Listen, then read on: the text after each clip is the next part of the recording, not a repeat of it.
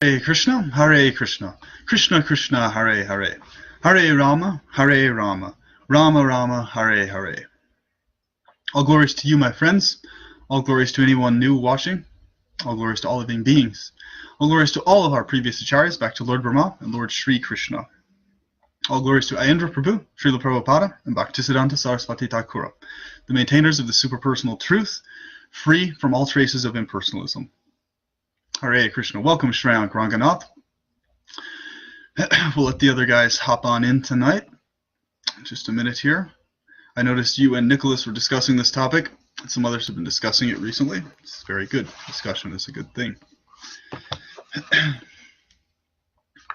So we will begin now. Anyone who may not be familiar, if this is the first video you're watching of this, we regularly discuss this point in this topic, clarifying the superpersonal truth, which is not impersonalistic in any way, and why, in what way, and how. Impersonalism has been promoted and mixed in with personalism in so many ways over the entire course of human history. And so tonight we're going to explain exactly why Radha and Krishna stand still in their deity forms, and it's not why most people think, actually. This is related to everything we always discuss. So, and if any of you are not still aware, and if anyone's forgotten, what Brahmavadi philosophy actually is when someone thinks that the absolute truth is both personal and impersonal in nature. That is Brahmavadi philosophy.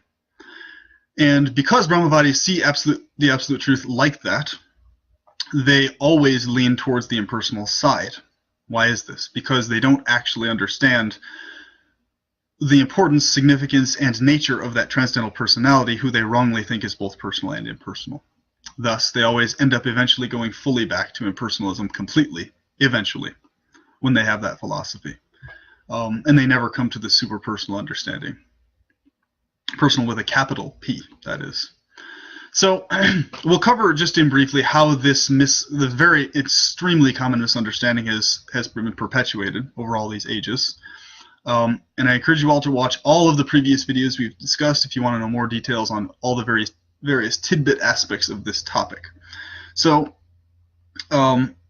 suffice it to say, the things you must understand very clearly, and we'll explain this, diagrams, etc., to show how this is the case, is that the forms of Radha and Krishna are specifically beyond all pervasive in size, scope, formfully they are.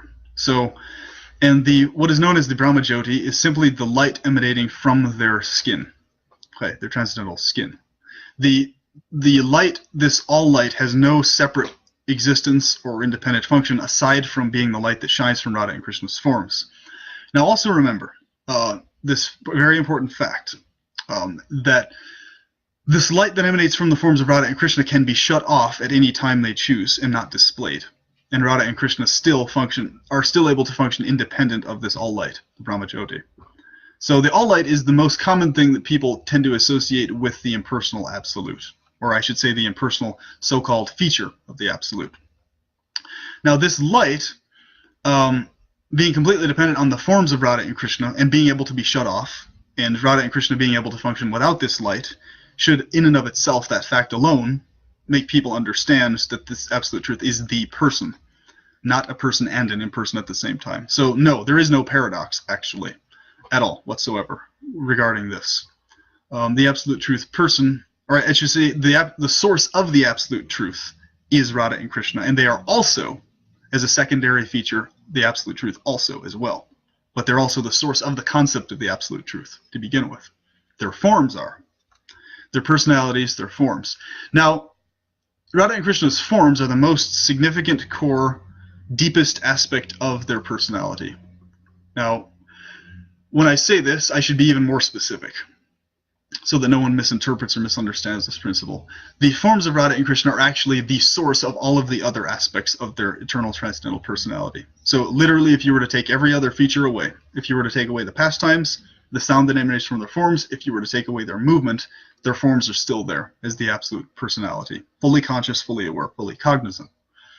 So everyone understands that well, let's back up just a second here. So now I hope by now everybody understands very clearly that Radha and Krishna are able to function infinitely independently of the all-light Brahmajyoti, what people associate as the all-one, the all-light. The all-light, all-one light that comes from their skin color cannot function independently of them.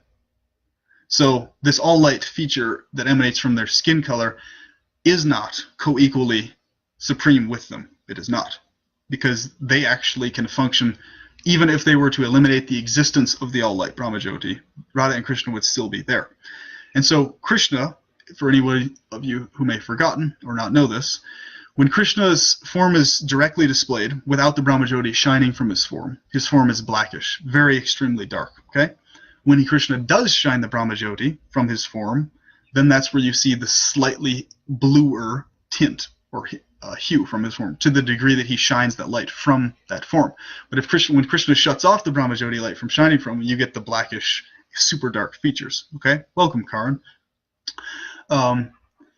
Or Karen, whatever the pronunciation is. I'm glad to have you here.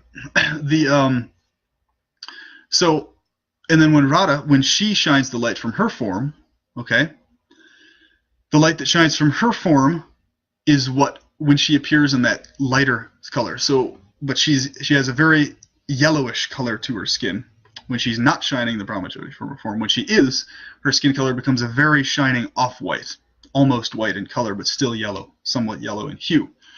So this is when you see different descriptions in scriptures. Some of those descriptions are Radha and Krishna when they're not shining the Brahmajyoti from their forms. So the super dark blackish, and then this really intense yellow. Okay. Then when Radha and Krishna are shining the Brahmajyoti from their forms, that's when you see Krishna with the bluish hue. Okay. So you get that blackishness with the brightness. You get that bluish, and then when Sri Radha shines it from her form, of course, you get that that much lighter color, that off-white, basically, which is almost completely white and shining, but with the slight yellowness still there, because her standard skin color is yellow. So this is sometimes while you read descriptions of their, depending on how much of the light they're shining from the forms at any given appearance, that is the amount of the Brahmajyoti people are seeing shining from their forms, basically. So this principle must be understood for anyone engaged in devotion to Radha and Krishna, personally speaking. So the text from Brahma Samhita, we'll read off here and then read the translation. Ishvaraha Paramaha Krishna Satchidananda Vigraha Anadiradir Govinda Sarvakarana Karanam. So Krishna, who is known as Govinda, is the Supreme Godhead. He has an eternal blissful spiritual body. He is the origin of all. He has no other origin, and he is the prime cause of all causes. So this is Lord Brahma himself explaining this in the Bhaktisiddhanta's purports which follow. Now, this is very important to understand. Always remember this order of operations. So order of realization of the depth of the personality of Godhead. So you start with Sach, so the eternity realization, the eternity factor. So, okay, eternal existence. So this is the first realization phase, where people come to the understanding of what absolute reality isn't. Okay, then they come to the understanding, okay, we at least understand that the absolute is eternal, but they don't understand the specifics of who that eternal is, nor do they have a personal specific understanding yet. That's the Sat realization. The Chit realization comes after the Sat. That's the realization of consciousness. Then there's a realization, okay, so the absolute truth is actually, this is actually the realization where people think the absolute truth is both personal and impersonal. It's the contemplation of the Sat and Chit aspects, okay? Usually those people get more inclined towards mysticism, yogic meditations, these types of things. And they genuinely believe in those cases that the absolute truth is both a person and an imperson at the same time, because they've realized, okay, this absolute truth is eternal, this absolute truth has a personal feature to himself, and he also has an impersonal feature. So they believe that the absolute truth, they understand that he's consciousness now, because Chit is consciousness. So they understand that the absolute is conscious and eternal, but they have not understood the bliss feature. They have not understood Ananda, nor have they understood his form yet. They think they understand his form. So this is very significant here. This is why you have Sat, which is impersonal realization, so-called realization, which will explain how that's actually still illusory coming up here. So the Sat realization and the Sat Chit realization, the also illusory so-called realization, where people think that the absolute truth is both a person and an imperson at the same time. Those people tend to be more inclined towards all that stuff, Paramatma, Vishnu worship, etc., etc. And then those who realize Ananda are the ones who specifically are inclined towards the worship of Radha and Krishna, and understand that Radha and Krishna's forms, personalities, are the source of all their expansions. So when someone comes to the Satchit Ananda realization, the bliss realization, they now understand that there are truths of depth about this Supreme Person which are completely beyond consciousness altogether. Okay? Then they start to get interested and start understanding Vrindavana, Goloka Vrindavana, beyond Vaikuntha, all these things. Now, and at this phase of realizing the Ananda, the individual realizes that the absolute truth is solidly, absolutely, for certain personal, with no impersonal tinges whatsoever. That is at the Ananda realization level. Okay? And they also understand that this understanding or realization is beyond words of expression on paper or in forms. And they understand also that that realization is beyond being able to relay on paper via words to other people without the individual themselves realizing this fact. Okay? And they understand that the intellect is limited, where the intellect is limited, etc. So at the Ananda phase, you're at the phase of bhakti, which is freed from jnana. Okay? Freed from mental speculation, or free from the obsession for information about the absolute person. Because at this phase, they've understood the limits of jnana. Okay? Fully. At the Satchit phase, they may have the personal understanding to a certain degree, but they don't understand the realm beyond consciousness altogether yet. They only understand up to supreme consciousness, but not beyond supreme consciousness, which is within Sri Radha's realm, Hladini, Ananda. Okay? Then the last word in transcendental realization is vigraha, form. Okay? So, even once someone has gotten to the realization of Radha and Krishna being the central source of all their expansions, they solidly understand that the absolute truth is specifically personal and interpreted by people who have only gotten to the Sat and Chit levels as personal and impersonal. They understand that the absolute person is interpreted that way by those people. But they understand that that's not actually the real nature of the absolute person. Okay?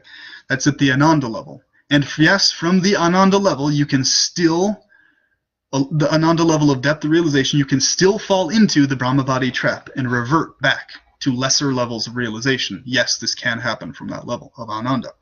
Therefore, vigraha, form, is the last word in this understanding. Okay? Now, this is where the central aspect of our discussion comes in now. And I hope you've all been following up to this point and understand these principles so far. Okay?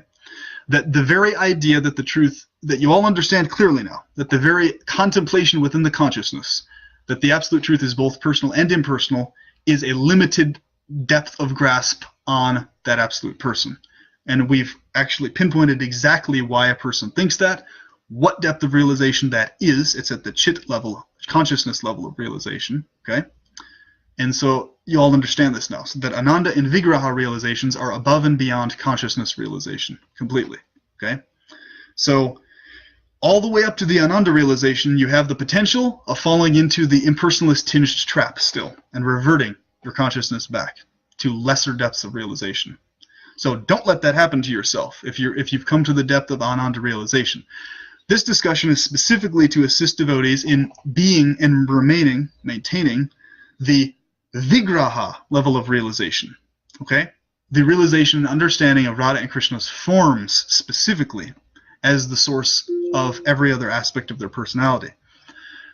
Therefore, so when you understand deities, and when most people describe deities to you, they understand, okay, Radha and Krishna normally will appear in a marble form or in a brass form. They're actually present there, but they basically use the material elements of brass, gold, silver, or marble, stone, or whatever, and then they appear themselves within those so-called material elements. And then when invoked, they agree to appear there and manifest there, okay, and fill all the subatomic molecules of that brass figure or stone figure with their personal potency, especially concentrated, right? And so they'll literally be seeing through those deities' eyes, hearing, feeling, experience, and sensations through those deities. That's how most people misunderstand deities, okay? Or I should say that's basically a very baseline preschool level of understanding why Radha and Krishna appear in the deity and why they stand stationary. Normally, because people erroneously... So first we're going to explain it this way.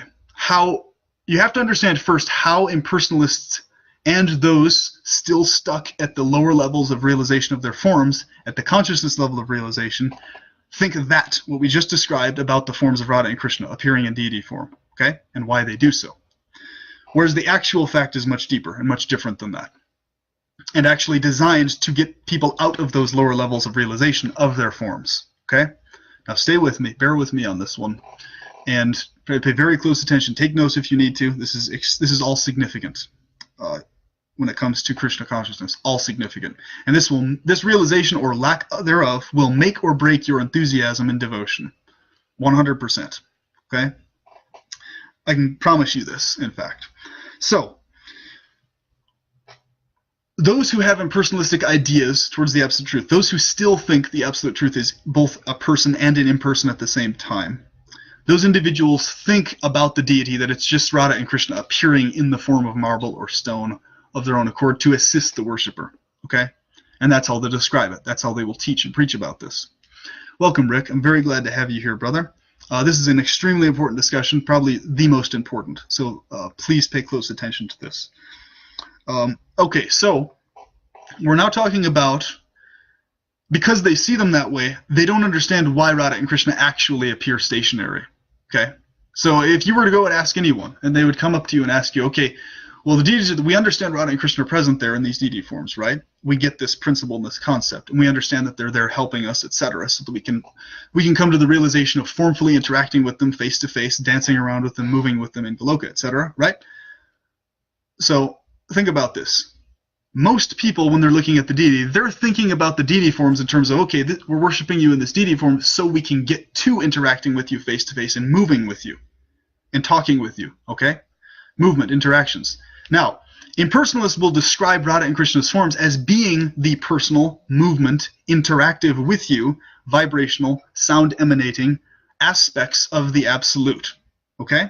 And then they will also describe at the same time to you, wrongly, and this is what's misleading everyone, they will also explain to you that, okay, that yes, Radha and Krishna are the interactive face-to-face aspects of the absolute, okay? But then they'll also say right along with that the all-light, the all-oneness, the so-called paradox, which isn't actually a paradox because they're teaching a lie, they'll say then that the paradox is that Radha and Krishna are also this impersonal all-one absolute, and that they're just their personal aspect, their face-to-face interactive, talking aspect, their dancing, moving aspect is the aspect of the absolute that you're interested in worshiping and focused on. And they'll explain to you that that's what personalism is, okay? Which it is not. That is not actually personalism. That's impersonalism, and how impersonalists see the forms of Radha and Krishna. Okay, and how people even up to who are personalists in preference see the forms of Radha and Krishna also erroneously as such.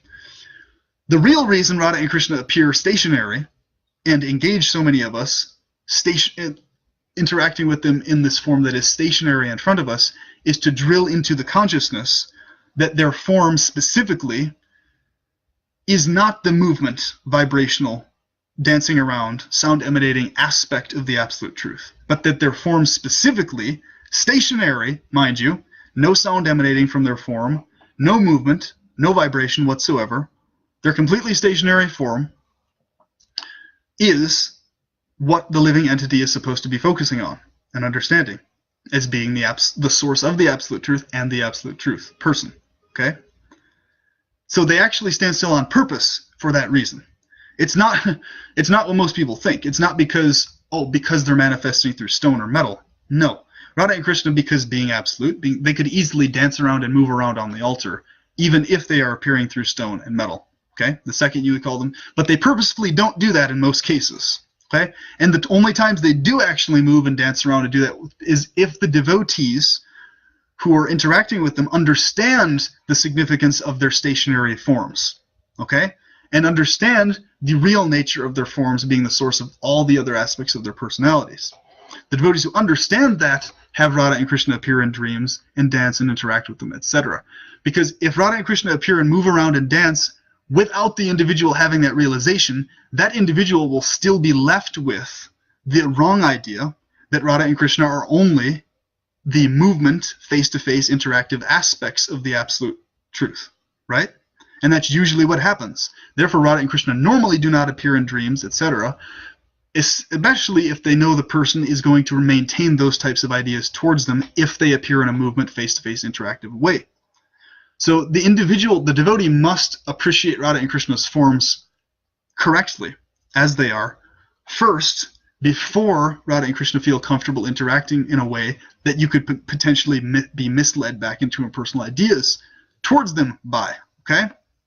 So what's going on here is most devotees are looking at they're wanting to see Radha and Krishna move and interact. They're wanting to actually talk with Radha and Krishna. Okay? They're wanting to have conversations. They're wanting to dance with them. They're wanting to have fun activities going on with Radha and Krishna. And they're looking at the deity as, okay, I'm going to worship you in the deity to get to that, interacting with you, etc. When in fact, actually, much of the reason why there's so many living entities who are engaged in Krishna consciousness, why we're in this temporal state to begin with, and why we're here, a huge chunk of it has to do with us actually needing to appreciate their forms stationary, actually. Appreciating the stationariness of their forms, where their forms don't need to be moving, vibrating, talking, interacting with us to still be the forms that we love, appreciate, worship, and are the central source of the absolute truth. Okay? Now, looks like only one person is actually still watching right now, so I pray that the rest of you please go over this video from start to finish, and please deeply contemplate everything we're discussing here. We've discussed this principle in every video so far, but this one we're going really in depth on this in particular, the specifics of the form realization of Radha and Krishna. So what I'm going to tell you very specifically now is going to be a very specific direct thing. So do not think in terms of Radha and Krishna's forms, that you're worshiping their deity forms so that you can interact with them and dance with them face to face and move around with them like this. Of course that's going to be there. You understand this. But appreciate specifically them standing still and not moving and being stationary so that you fully appreciate their form. Okay? Because normally what happens is when a devotee or someone who's supposedly a devotee is interacting with Radha and Krishna and they're moving and dancing, etc., the appreciation of their forms specifically tends to diminish. And then they start focusing more on what Radha and Krishna are saying, what the nature of the dance is going on, what movements are happening. Okay? And then you start paying attention to other aspects of Radha and Krishna more than their forms. And this is actually the main core reason why so many Jivatmas are in the temporal existence to begin with, in the temporal state. It's because there's not a correct appreciation of Radha and Krishna's forms.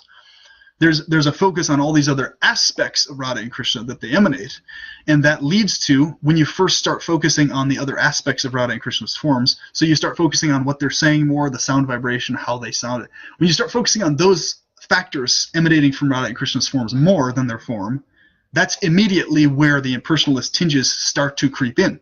Okay? In fact, that actually happens before impersonalism even creeps in. It's you shift your focus and appreciation more on other features of them aside from their forms. That's how it begins. And it begins without it even being a recognized factor. And then before you know it, you're surrounded by matter in a temporal state, temporal existence, and now you're scratching your head why Radha and Krishna are standing stationary on the altar and not moving around and dancing for you.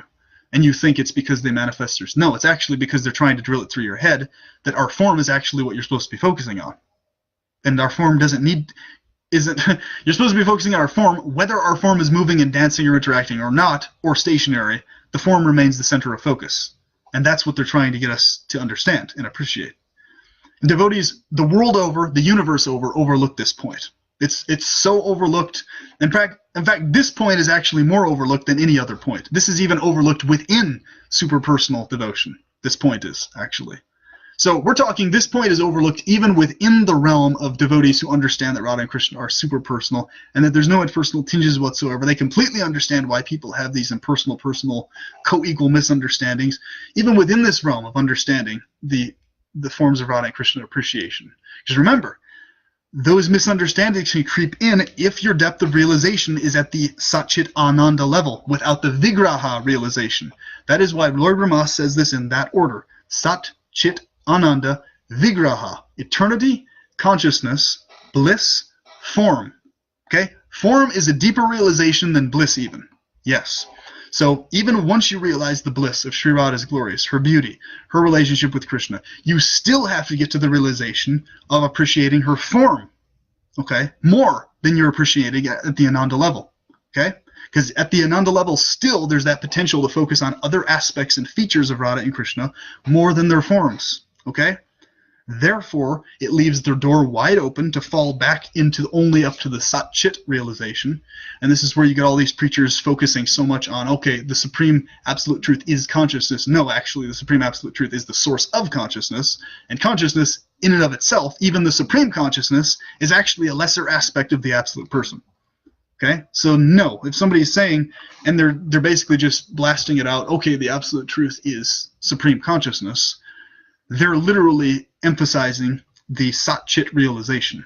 They're not going into the Ananda realization or the Vigraha realization at all. They're not even touching it. So everything I'm talking about right here is what Ayendra Prabhu taught, preached, spoke. Prabhupada taught and made this abundantly clear. Bhaktisiddhanta also taught this and made this abundantly clear. But in the course of time and the way things are worded on paper, the way things are discussed, you have to be so specific in how things are worded. Otherwise, you leave infinite room for interpretations. Okay? And so this is why I am emphatic that I only explain things a certain way. They're not interpretable whatsoever. That are very clear-cut 100%. Right? And this is specifically why a lot of what I say is considered mental speculation, fanaticism, etc. It's because I don't allow my words or explanations to be interpretable in any way, shape, or form. Very clear cut. Radha and Krishna at the core, at the center. Beyond the absolute truth, Radha and Krishna don't need the all one, all light that shines from their forms. They can shut it off when they want to. When have you heard anyone else discussing this? Bhaktisiddhanta and Prabhupada made this clear. So did Ayendra Prabhu. And so did every genuine Acharya in our line. They all make this clear. That Radha and Krishna do not need the all light, one, all shining light to still be present. They don't. But the all light needs them. So there's no question here of the absolute truth being both personal and impersonal. The absolute truth is absolutely super personal, and the only time when they respond as if they're impersonal is to those individuals who insist on maintaining only up to the Sat level of realization. So individuals who insist on maintaining a very preschool, kindergarten understanding of the absolute person. Therefore, with those individuals who insist on that very basic level of basically just they understand the temporality is illusion, but they don't understand any specifics whatsoever about the actual nature of the absolute person. And the fact they don't even know that the absolute truth is a person at that point. So it's just Radha and Krishna agreeing to appear to them as if they're this all light. And literally that's why in the Sri Upanishad the verse is very specific. Please, Lord, remove this dazzling light so that I can see your face. Only the devotees who have up to the realization of at least eternity and consciousness will ever pray that prayer. The devotees who think, so basically that prayer is very specific. It's remove this dazzling light so I can see your face. Okay? So I can see you behind all this shining light. The fools, and yes, they are fools and idiots, who insist on believing and thinking that the absolute truth is only this light that is under Radha and Krishna. So literally the Brahmajyoti, the so-called all light, is literally like a light bulb switch that Radha and Krishna can turn off. So they turn it on to blind those individuals who insist on seeing them that way. Okay? So when you hear explanations like that, like when the absolute truth, a more specific and more accurate way to word this is the absolute truth is factually super personal in nature and is able to reciprocate and respond personally and impersonally. It's not that the absolute truth is personal and impersonal. No, that's not it. It's they're able to respond that way if you insist on it. Okay? But the actual fact remains the same, that they're actually personal with no tinges of impersonalism whatsoever. So if something's emanating from the person, okay, you can't say that that thing emanating from the person is independently some non-personal thing. No, because it's still the light shining from their form. So technically speaking, the Brahmajyoti, it's very specific, is actually the skin color of Sri Radha shining from her skin. Okay? And so, therefore, technically speaking, even the Brahmajyoti isn't impersonal, actually, because it's actually her skin. So, so if people are still not understanding these things, you can know immediately, and it's very easy to understand this. They've only realized up to maximum the eternity and consciousness levels of realization. They've only realized that the absolute truth is eternal, and that they've only realized up to the perspective that the absolute truth person, if there is one, is the supremely conscious person. But they don't understand the nature of that person's bliss, nor do they understand the nature of that person's form fully, and nor do they appreciate that form fully. Okay? So this is Mayavadi is where people reject the eternal forms of Radha and Krishna. Brahmavadi is where they accept that eternal forms do exist, but that those eternal forms are simply manifestations of Brahman, or of the absolute truth, which they think is both personal and impersonal. Please. So I'm seeing this again, that people are going back into these conversations, talking about, acting like there's some paradox, but no, there is no paradox. It's like people saying, oh, isn't it so amazing that Radha and Krishna are both personal and impersonal? It's like, no, they're not personal and impersonal. In fact, there's nothing amazing about that. First of all, it's false, not true, and it's not amazing in the least. It's just impersonalism again. It's just Brahmavadi again. And this is why I say syncretic Brahmavadi to be more specific. This is the type of Brahmavadi that still remains in the consciousness of those who have realized up to Ananda. They've actually realized the significance to some degree of Radha and Krishna's forms being the source of their expansions, and they've realized to some degree this fact that the absolute truth is actually the person, but they still haven't gotten it out of their heads yet that Radha and Krishna do not have any impersonal aspects to them at all like that. And in other words, they still don't understand the specifics of this dynamic here. They still don't understand the correct order of operations, even at the Ananda level, still. Okay, and this can happen to any of us at any time. It's not that you have, okay, this person and they have this idea, therefore they're at this level of depth. At any time, your depth of realization of these things could revert back to more kindergarten basic levels of realization. You can even observe this in your devotional life and chanting and stuff. You can actually recognize if your consciousness is reverting from the Vigraha realization to only up to the Satchidananda realization. It's when you start focusing more on the other aspects of Radha and Krishna aside from their forms. And then your whole focus is now, okay, I want to now interact with Radha and Krishna, have face-to-face contact, dancing, and all this stuff as your main focus in your mind. You've already reverted away from appreciating their forms fully. Then what happens is the next reversion back to a more basic level of realization is now you start thinking, oh, the absolute truth might actually be personal and impersonal again. Now you're basically starting to appreciate Vishnu more than Radha and Krishna. That's usually what happens there. And basically you just treat Radha and Krishna as kind of your personal preference aspect of Vishnu, the absolute person, basically. Then you've reverted back to Sat and Chit realization right there. And then the people who revert all the way back to Sat realization are the people who then start focusing more on the impersonal aspects more than the personal ones. So you can revert at any time. It's not like it's set in stone because we're the marginal potency. We can revert to idiocy and we can revert to full depth of realization. Now, full depth of realization side is Vigraha, form. If you want to go all the way past the light at the end of the tunnel, all the way down the rabbit hole to the very end of it and keep going into eternity, actually beyond eternity, screw eternity, we're going further and further into the forms of Radha and Krishna. So eternity, whatever, we're dealing with Vigraha now, which is beyond eternity, actually.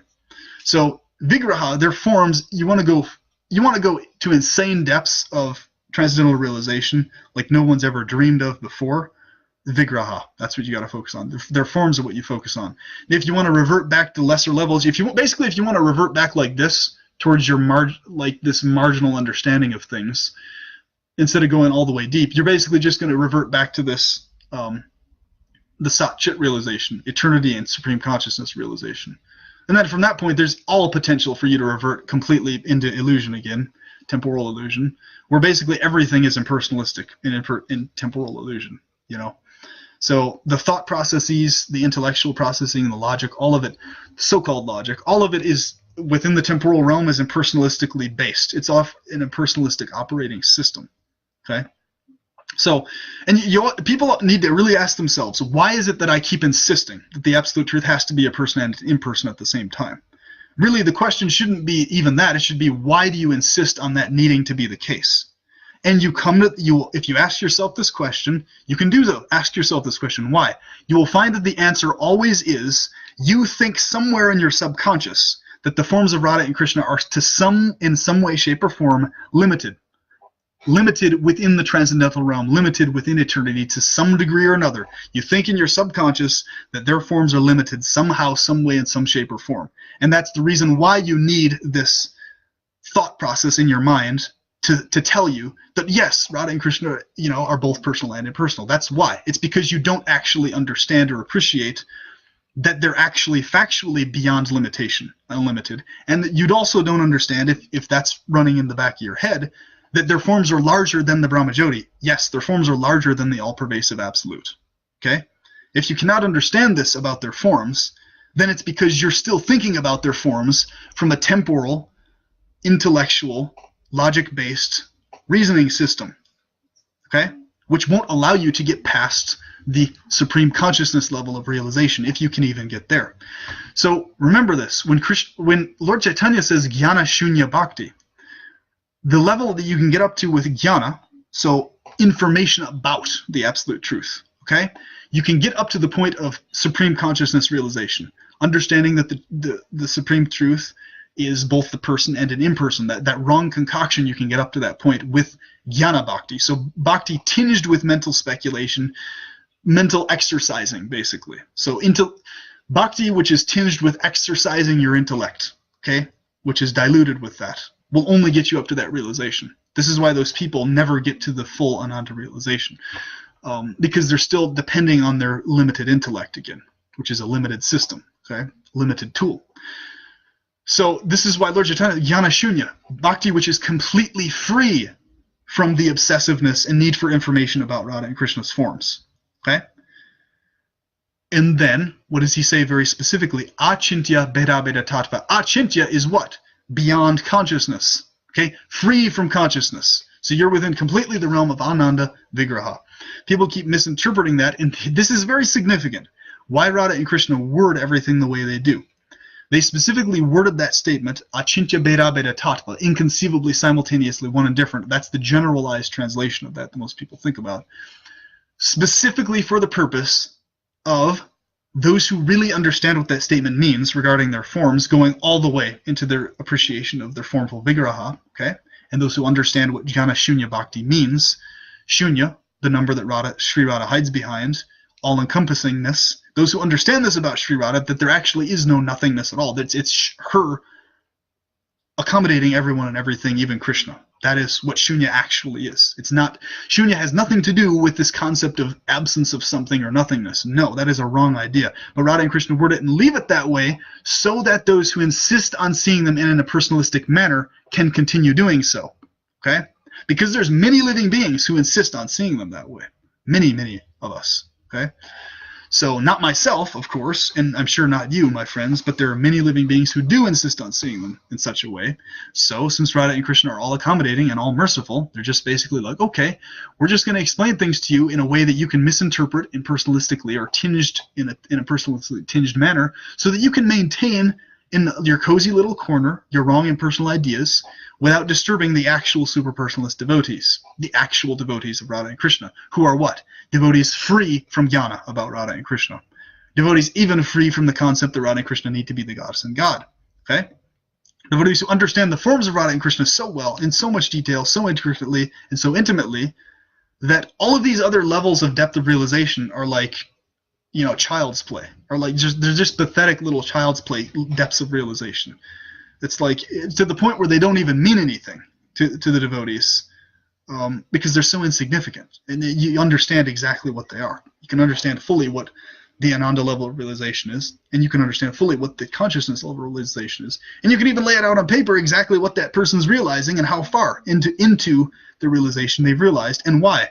And you ask those person questions, you can literally pinpoint, and it's the same answers every time, why those persons have only realized up to that point.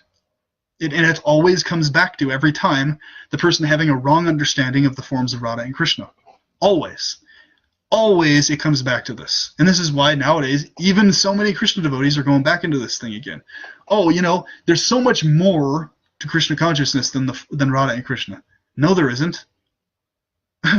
Within the forms of Radha and Krishna are all the sciences, all the material sciences as well. You come to me, I could teach you any number of these material sciences you want to learn. You want to learn art, you want to learn music, you want to learn engineering, you want to learn mechanics, you want to learn history, you want to learn writing, you want to learn martial arts. I can teach you any of these things. These things are all within the forms of Radha and Krishna. So no, there isn't so much more outside of the forms of Radha and Krishna. Radha and Krishna are the source of evermore. Okay? So anybody who thinks this, they're thinking, once again, according to that Brahmavadi bullshit idea, thinking that the forms of Radha and Krishna within eternity, within transcendence, and within all-pervasiveness are still limited within that all-pervasiveness. Okay? So analyze your own thinking about their forms. Like, analyze your own thinking about their forms daily, and you'll understand all the stuff we're talking about.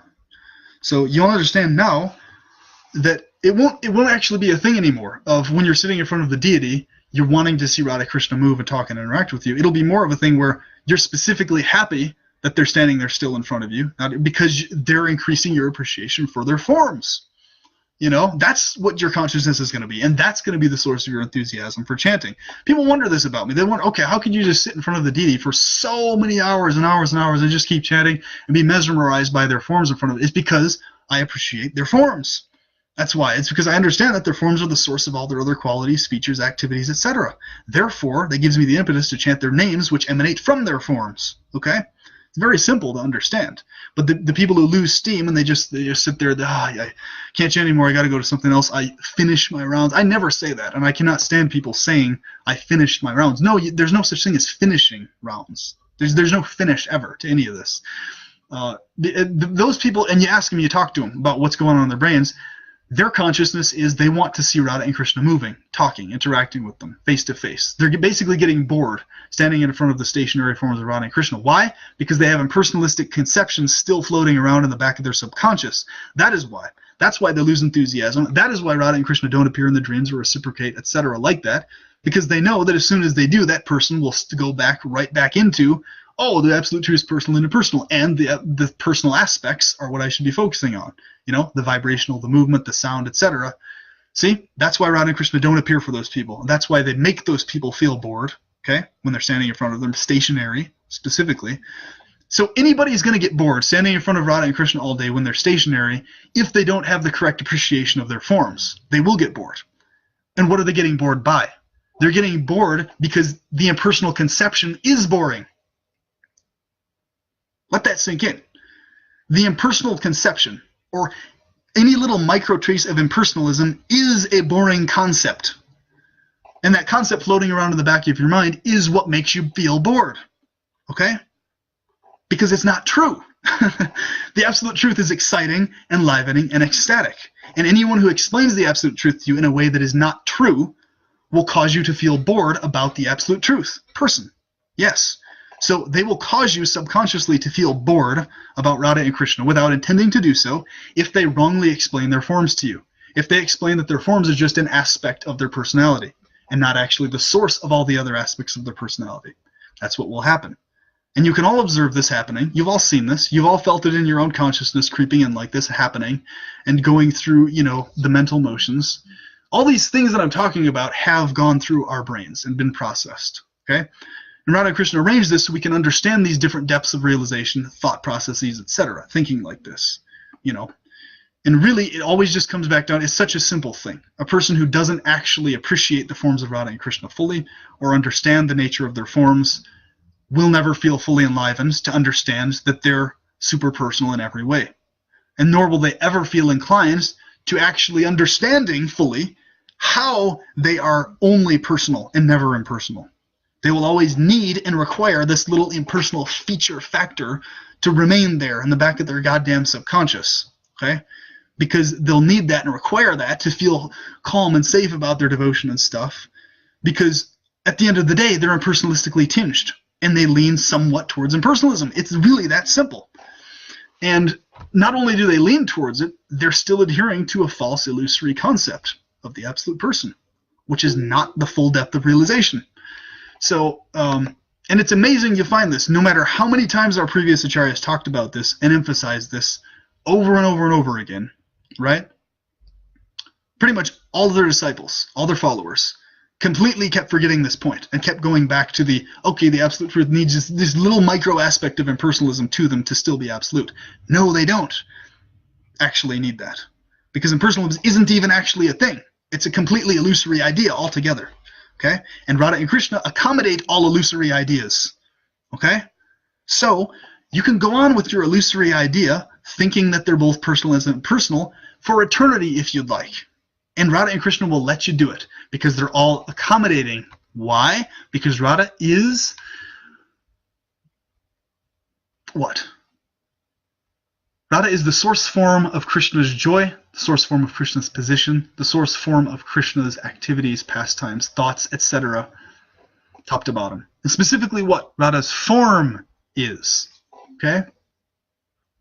So, Radha's form, this being the case with her form, she can also accommodate any and all types of illusory conceptions towards her and Krishna, which is why she hides behind the zero, the shunya, jnana shunya bhakti. Bhakti, which is devoid of mental speculation. Most people read it that way. No, it's actually jnana. It's actually understanding which is within the realm of Sri Radha, who hides behind the zero, who is not recognized as the hidden supreme by anyone except for those who actually are at the vigraha level of depth of realization, the formful level of realization, beyond the ananda level of realization, beyond the realization of bliss. Okay? This is why, now pay very close attention to this, this is why the pure devotees don't always necessarily display or exude the ecstatic quote-unquote symptoms. They don't. The reason for this is their depth of realization is beyond the bliss level of realization. It's actually beyond that realm of realization where those ecstatic symptoms are displayed, which is the form realization, the stationary features of Radha and Krishna realization. Let that sink in. Please let this sink in, what I'm saying here. You'll find the more you read this, you hear this, you listen to this, it will make more and more and more sense as time goes on. Okay? And you will also understand why and how the intellect keeps going back, wanting to drag back those impersonalistically tinged ideas again. Stop it. Stop letting your subconscious try to pull back those impersonalistically micro ideas back into your brain. You understand what they are now. You have no excuse to let those stupid ideas come back in. You know how they work. You know why they keep coming back in. So do yourself a favor and don't let them come in again. Don't let the impersonalistic crap ever creep into your mind. Ever. Not even the slightest trace of it anywhere. Don't let it happen. Because the second you let that crap creep in again, that very second you won't understand anything I'm talking about right now. You won't understand any of this. It won't make sense to you. Nor will what the previous Acharya said about the forms of Radha and Krishna make sense to you, nor will you actually understand or fully appreciate why the pure devotees don't always display ecstatic symptoms. No, it's not just because it would confuse the populace and most people would misunderstand it. No, of course, that's part of the reason. The real reason is because they're at the level of depth of realization beyond the bliss realization, the realm where you appreciate Radha and Krishna's forms with or without the display of ecstatic symptoms. Okay? We're talking hyper-realization here. That is why, actually, Prabhupada, for most of the time, wasn't actually externally displaying ecstatic symptoms, or Bhaktisiddhanta, or Ayendra Prabhu. Sometimes they did, sure. But what I'm telling you is all of those symptoms, the movements, the interactions, the sounds, the dancing, all that stuff that you see, even within the realm of absolute pure devotion, even within Goloka Vrindavana, is still not the full depth. It's still secondary and still emanates from the forms of Radha and Krishna, which can easily eternally be stationary. And even in Goloka, yes, you're interacting with Radha and Krishna face to face. They're dancing with you, hanging out, having a good time. Many times within the pastimes itself, they'll just immediately go stationary in front of you and stand as the deity form in front of you, instead of moving and instead of talking. They'll do that to increase your appreciation for their form. That's why they'll do that. Even in Goloka, yes. So Radha and Krishna have deity forms in Goloka. There's temples in Goloka of Radha and Krishna amidst them interacting with you face to face, where they will be standing in front of their deity forms with you, meditating on their forms with you in Goloka. Okay? Now, any idiot who thinks that this is fanaticism and isn't the standard, which this is actually the standard understanding of our sampradaya specifically and especially. There's 4 sampradayas because remember, what do we talk about? There's 4 levels of depth of realization.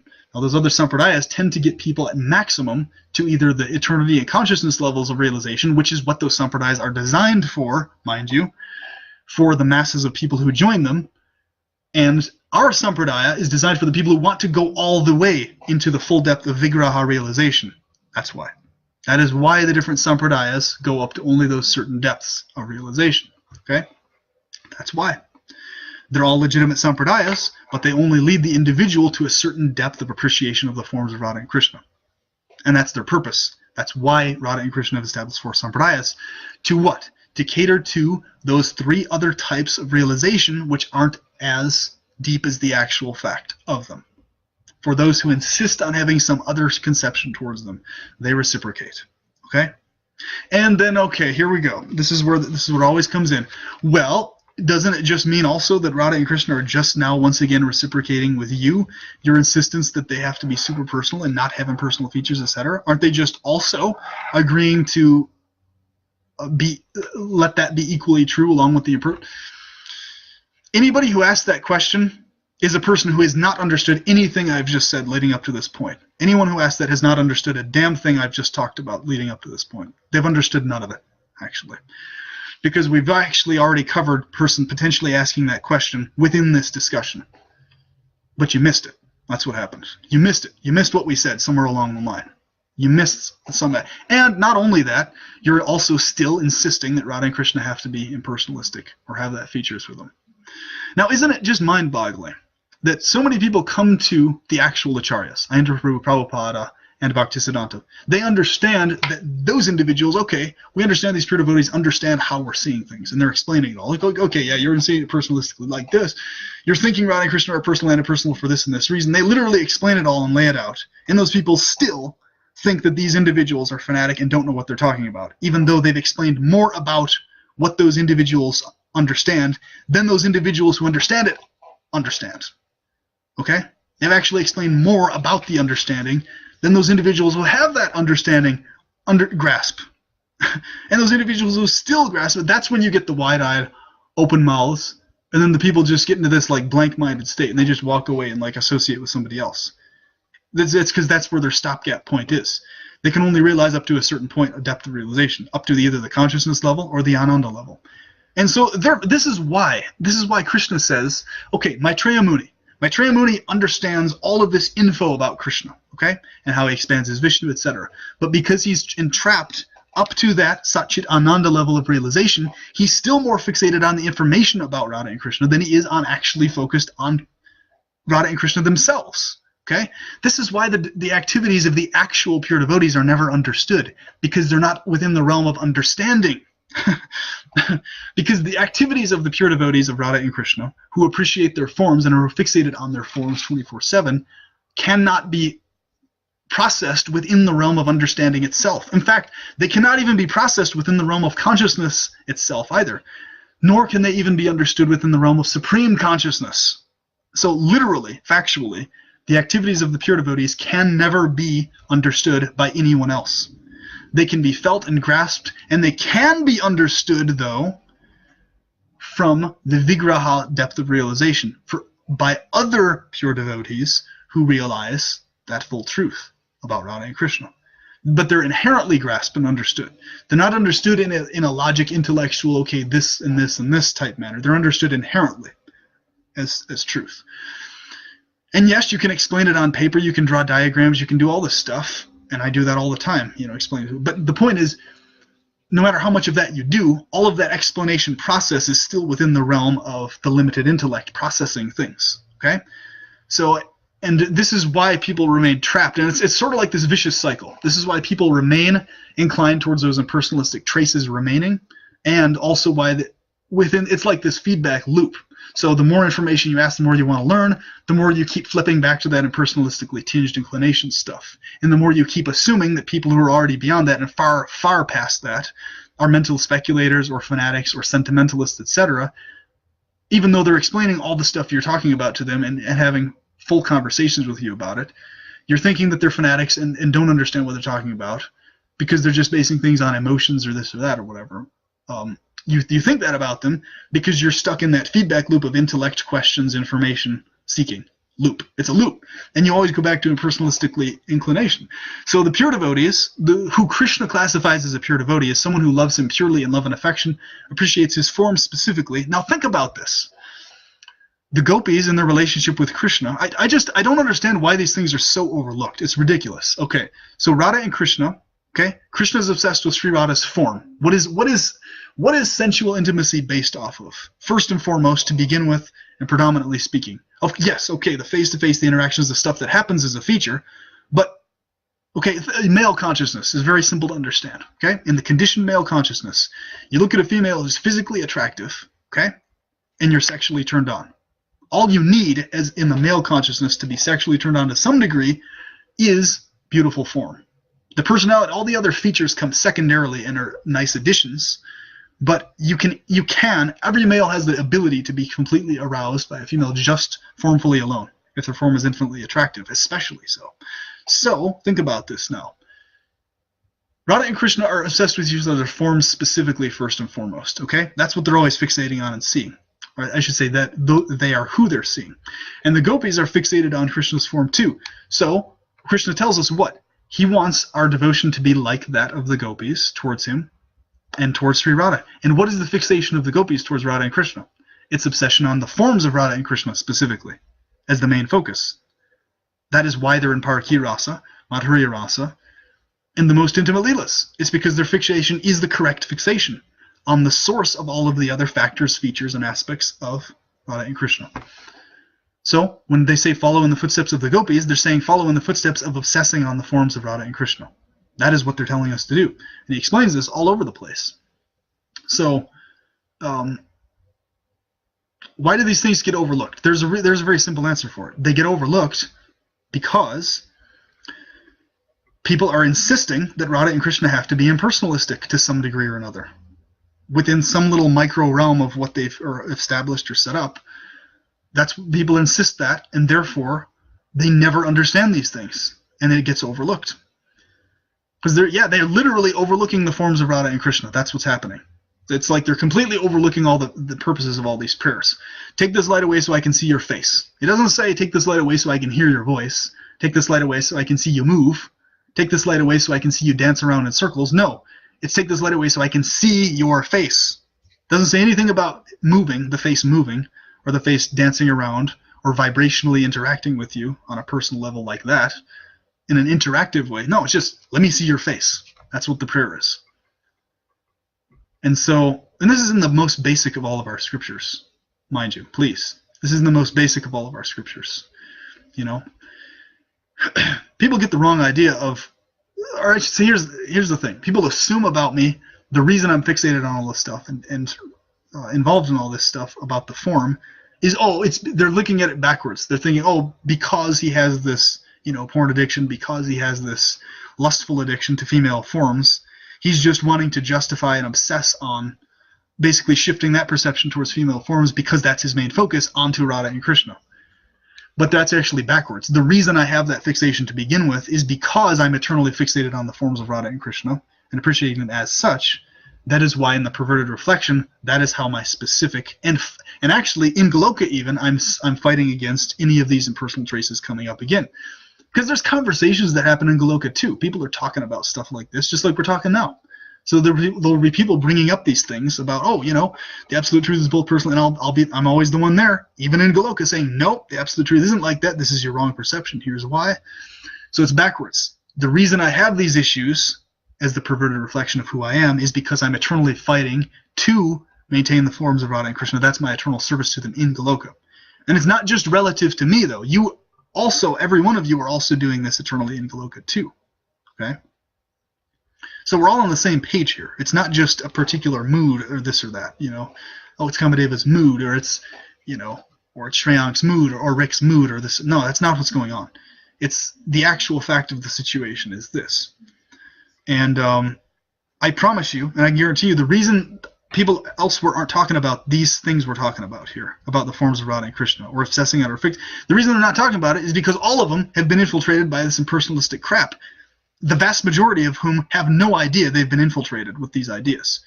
I mean, think about it. For crying out loud, The asuras, the demons, they're way smarter than any human, way smarter than any, intellectually speaking even, they're smarter than the actual fully pure devotees of Krishna. Not in terms of devotion, mind you, but in terms of the intellect exercising, of mental yogic exercising of the brain, and how the brain thinks about things, can be more expert than pure devotees in that. Yes, asuras can be, and are in most cases in this regards.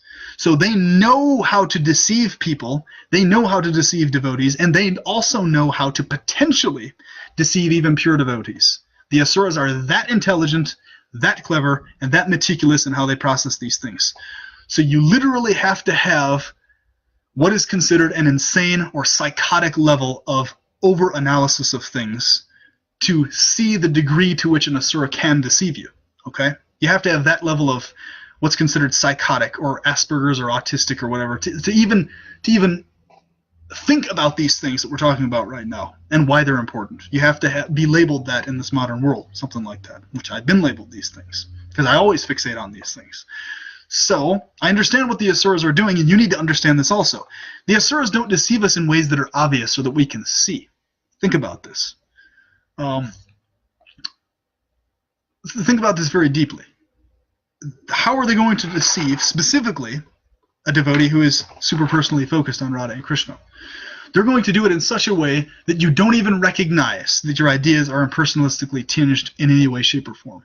That's how they're going to deceive you. And then, okay, here comes the next one. Okay, well, Kamadeva Dasa, how do you know that you're not deceived by the asuras and all the things that you're describing and explaining, etc.? Because I'm fully aware that they're constantly working to deceive me. And not only that, I'm also very much aware of what the actual facts are that all the pure devotees have maintained and how meticulous they have been in preserving the actual facts. So, just as long as you understand that there's always a constant struggle and attempt all the time to deceive you and mislead you in these ways, then with that awareness you'll be immune to the infiltration. So you'll never think yourself immune to it, of course you won't, but you'll understand how. And it's very simple too. It doesn't take complicated rocket science to understand this. You could directly experience when your consciousness is shifting away from pure devotion to Radha and Krishna. You can trace what the contemplations are about their forms and personalities that are creeping in. You can trace it. And you can always just see the result of that. Watch what happens. When that happens, your enthusiasm decreases, you chant less, you engage in less scriptural study, you're less happy overall during the day, you get bored more often. All these things, they creep in and they start happening the second those impersonal traces come in. So since Radha and Krishna are always full of bliss, ever uplifting and ever increasing in this upliftment, when you feel that way about them and interacting with them, you're in the correct consciousness towards them. When you start feeling depressed and like downtrodden and things, I'm just feeling off, something's not going to, then you can immediately understand, okay, it's the asuras trying to delude you, deceive you again into thinking impersonalistically tinged ideas towards Radha and Krishna, which you can always pinpoint what those are. And so it's the reason, more specifically, the way you can tell that you're not being deceived is you can pinpoint all the ways in which you could potentially be deceived, okay? And you understand all the ways in which you could and would be deceived. So you understand this whole thing. So you can literally see when you're being deceived, in what way you're being deceived. It's like, okay, my consciousness is thinking this now, and therefore I'm being deceived in this, and this way, because my brain is operating and thinking about things like this right now. And you can see it. You can just naturally observe it in yourself. You know, people who are deceived don't realize what's going on in their subconscious or in the back of their mind. They don't see it. They're just basically they're within like the so-called logic, cause and effect realm of thinking about things, right? And that's the problem. You have to be always in the transcendent way of thinking about everything. So, yeah. Now I'll start responding to these comments or questions. Now, if anyone has a comment or question, feel free to chime in. Okay, let's see. So Shreyank, you asked a question here. Also, which is that book you just mentioned? Heard it as Sri Ishopanishad. Yes, the crown jewel of all the main 108 Upanishads. And you can find this at any Krishna temple anywhere. It's one of the small booklets, Sri Ishopanishad, translated by Srila Prabhupada. One of the very first verses in there is asking Krishna to remove the light so the person can see his face. And he's completely refuting the impersonal idea right then and there. Like, so it's really mind-boggling how people just overlook this, and it's like as if they've never read that commentary, that purport, or that verse, and they just don't even see the significance of it, you know. And not only that, Prabhupada goes way deeper into this in the Bhagavad Gita and in the Srimad Bhagavatam, in the Chaitanya Charitamrita. This goes more in depth, and in the Bhavanasara Sangraha, the Rasa Shastras, Radha and Krishna themselves go more into this, actually, where the entirety of the scripture is about them obsessing on each other's forms. So if Radha and Krishna themselves are obsessing on each other's forms, what are we supposed to be doing, right? Are we supposed to be focusing more on the sound vibrations that emanate from their lips, or more on them dancing or moving around? No, we're supposed to be focusing more on their forms than all of that stuff. And then and only then can we appreciate those activities, when we correctly appreciate their forms first. But that has to happen first, my friends. Okay? Too many people have this wrong idea that you can just grab and take wherever. Okay, Krishna's pastimes, the sound vibration of his name, this or that, here or wherever, and then his form. Okay, his form is just one little thing amongst floating around. It's one of these features just floating around about Krishna. We can focus on this feature or this feature or this feature at any given time. No, it's like all of those features and aspects, you have to appreciate his form correctly first. Then you can actually appreciate those features and aspects of him. Otherwise, you'll never appreciate Krishna whatsoever at all in a genuine way. It'll just be a bunch of sentimental, oh, that's a nice pastime, that's a nice story, oh, isn't the sound vibration so nice, but you won't actually register what all is going on there. Like, and so Krishna's form will always just remain this other little feature floating around there about him. You know, basically it'll just be, okay, Rupa, Guna, all this, that list of aspects of Krishna's personality is there, but it's listed in the order it is, simply because generally speaking, you tend to hear Krishna's name, which is referring to his form first, and that's the order you heard it. And then the Rupa form is the last word of transcendental realization, because that is the main focus, and then all the other things follow the form. Okay? So, yeah, it's... I'm going to explain the name-form dynamic too. We've already explained that many times over. If people don't understand it by now, they're just never going to get it. They're really never going to get it if they don't get it by now. Joshua Lee Gwilym asks, what's wrong with being an impersonalist? Krishna came to my dream and gave me a nonplussed stare. I'm an enlivened, excited impersonalist. Well, Joshua Lee Gwilym, you've obviously not understood anything I've talked about. That's going to be my answer. It's very simple. I've explained what's wrong with being an impersonalist many times over and countless times over, and I've also explained why Krishna sometimes appears to impersonalists, etc. Usually, when Krishna appears to an impersonalist, one who's determined to stay impersonalistic, you can be really damn certain that you're going to remain impersonalistic for an insanely long period of time. So it's actually not very much of a blessing, ultimately, when Krishna appears to an impersonalist, because it usually compounds the impersonalism more, in fact. Yeah, that's usually what happens. Most people don't know this, though, actually. So, yeah, it is always a blessing when Krishna appears, but if Krishna appears and you maintain an impersonalistic idea, you just got screwed over. Krishna just duped you. And he did so because you insist on having an impersonal view towards him. So, have fun with that. Have fun with that wrong conception of Krishna. Maintain it for as long as you want. I'm not saying that at all. I've explained Joshua Lee Gwilym many times over why impersonalism is the problem. That's the entirety of all my presentations, is what is actually what a person actually is, what it's doing to the forms of Radha and Krishna. It's literally stabbing them in the eyes and tearing at them and slicing at their forms. Yes, this is actually what impersonalism is doing to them in Goloka, mind you, and it's hurting them. So, yeah, if you're going to stay an impersonalist, you're not going to be my friend. And if I met you in person, I would feel the urge to punch you in the face for maintaining such impersonal ideas. Doesn't mean I necessarily would. I would feel that urge to do so, though. Yes, I would. If you maintain those ideas. So be a superpersonalist, please, so that I don't feel the urge to punch you in the face when I see you. Shreyak Ranganath, lock into Vigraha mode, folks. But here's the thing. Yes, Shreyak Ranganath, but it's not a mode. Vigraha is the actual fact. It's not a mode. Okay? So it's not like, okay, we can focus on Sat mode, Chit mode, Ananda mode, Vigraha mode. No. Vigraha is the actual fact. Okay? The forms of Radha and Krishna being the source of all the other aspects is the fact. It's not a mode at all. The modes would be basically things you choose to engage in and fixate on. The Vigraha is your eternal state. And that's why your Svarupa is called your Svarupa, your eternal form. Not your eternal sound or not your eternal vibration or movement, your eternal form. because that's your eternal preference, Svarupa, eternal form. Okay, just like Radha and Krishna's Svarupa. And then you have a question about Radha Krishna's deity form. Well, if it hasn't been answered so far in this video, since this entire presentation is about their forms, feel free, Shreyank. What is that question about their forms? And I will do my best to answer further in more detail, actually. Because Radha Krishna's forms of personality is all about details, all about detail, and all about ever-increasing specifics. Yes, very much so. I just completed tying it up, and it's long and maybe slightly tangential. Also, I have to confess that I'm a noob, and my perception still needs to be shaped to understand the real nature of affairs internally. So sadly, I can't guarantee my question not being idiotic. No problem, my friend. We'll see. Let's see. I wanted to get it clarified. It's about their deity forms, but only if we have time for it. Only if we have time for it. Well, the living being doesn't have time for anything else, Shreyank. Everything is about Radha and Krishna's deity forms. Yes. And when I say deity form, I mean their actual living, conscious, full form in Goloka, which is stationary when they're not specifically dancing around or playing on their flutes or talking with you, etc. But they're still there, fully loving, fully conscious, fully exuding who they are without doing those things. Fully stationary and fully appreciated by you as super personal and stationary. Yes.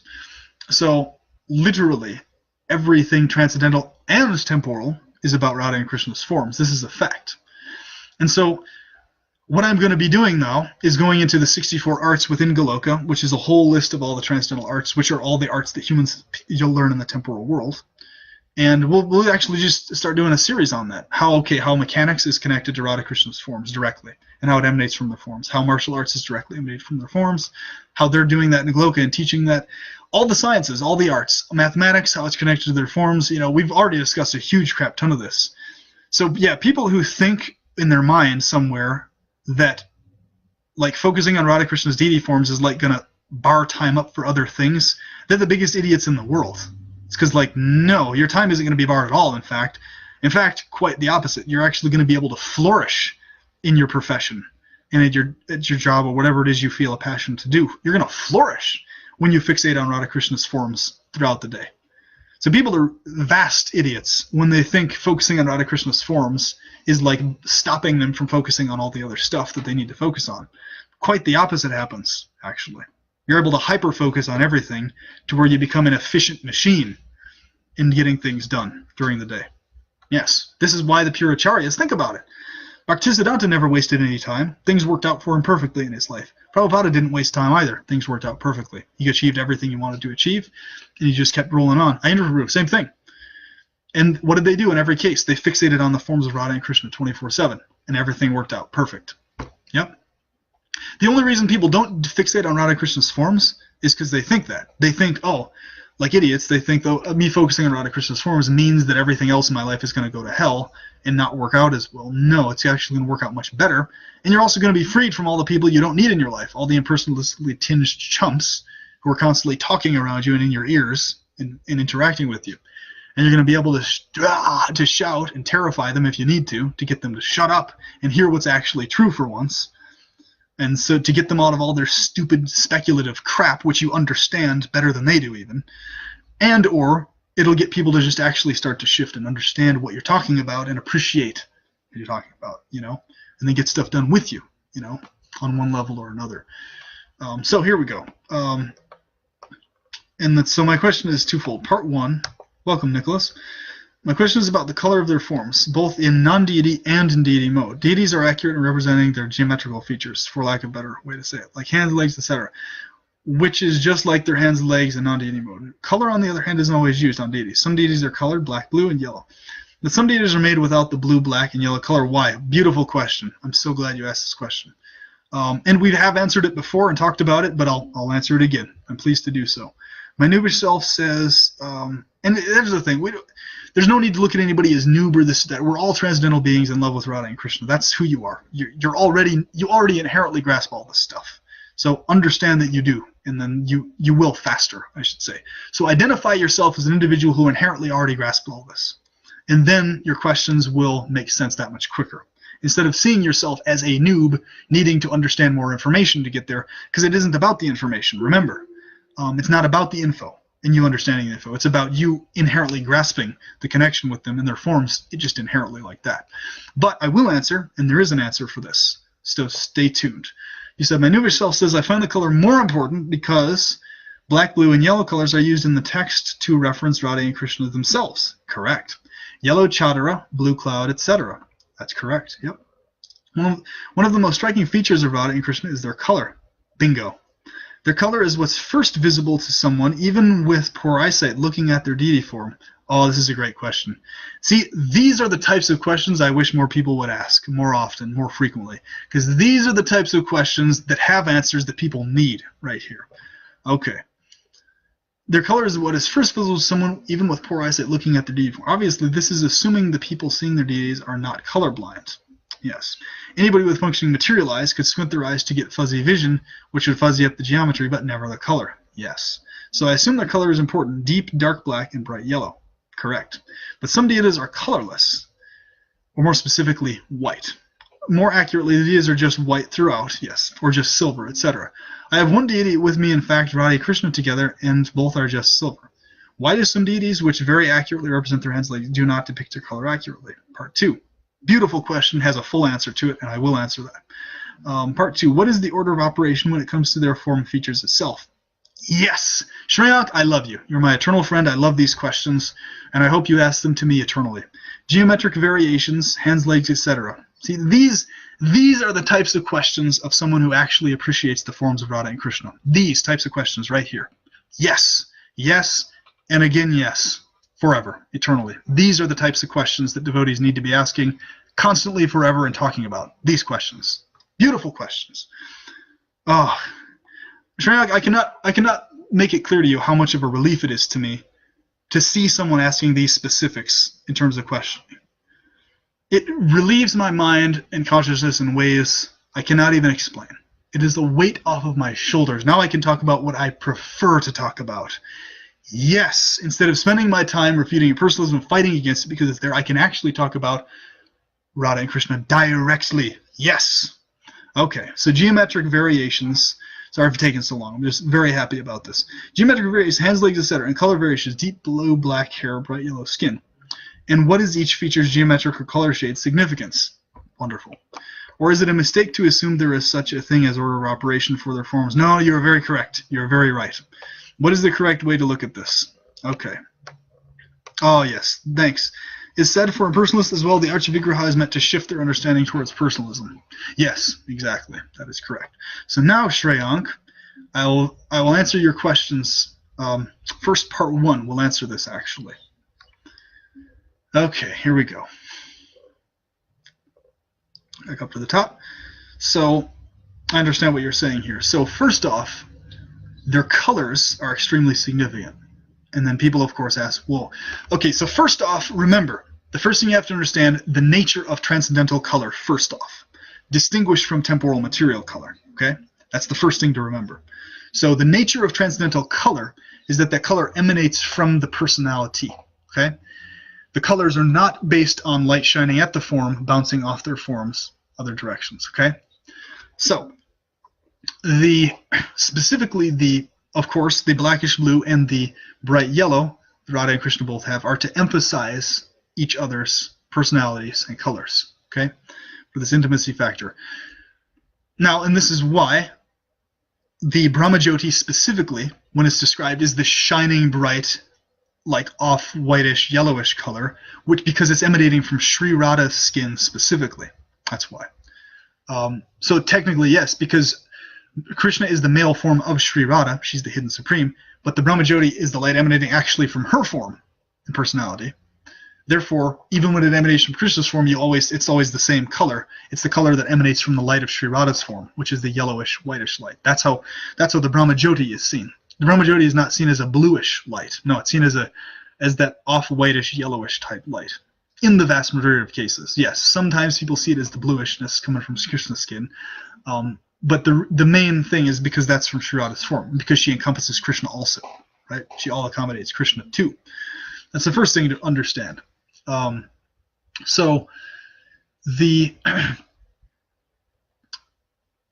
as far as then the other part of this question, and I'll loop back to the first aspect of it here. The other part within that first part of the question was, why do some of the deities then appear or agree to have people interact with them in ways where they display their color as just the white or the silvery marble color or whatever, without displaying the yellow or the blackish blue? Please understand this about the skin color of Radha and Krishna. Radha and Krishna's skin colors are not only blackish blue or only yellowish, because within that yellowish color and within that blackish blue color are literally all of the other colors already there. Okay? So the specific color of Radha's hair, her skin, her the hair that emanates from the different parts of her body, etc., that is specifically her eternal preference. Okay? How she eternally prefers the color she likes to display from herself. But literally, you have the infinity of colors there within the skin color of Radha and Krishna. So the blackish blue of Radha and Krishna is not just blackish blue. So please understand this important point. Because once again, it's not the same as material color. So literally every single color in Transcendence contains all the other colors within it by default. Distinguished from material color, where you have to mix colors together to get those colors, and light has to shine at them a certain way and bounce off a certain way to get those colors. Okay? So technically speaking, the color of Radha and Krishna's skin color is actually beyond the concept of color altogether, more specifically, than them actually being the color yellowish or blackish blue. Okay? So I hope you're following along now. And in fact, this is a very interesting point also. I tend to prefer them in that white shining form, even though I know that they're blackish blue in skin color eternally, and that's their main eternal preference. I tend to prefer liking to see them in that shining white form that's super white and super glistening and light, both Radha and Krishna. Yes, that tends to be my eternal preference in terms of how I see their figures and features and forms and stuff.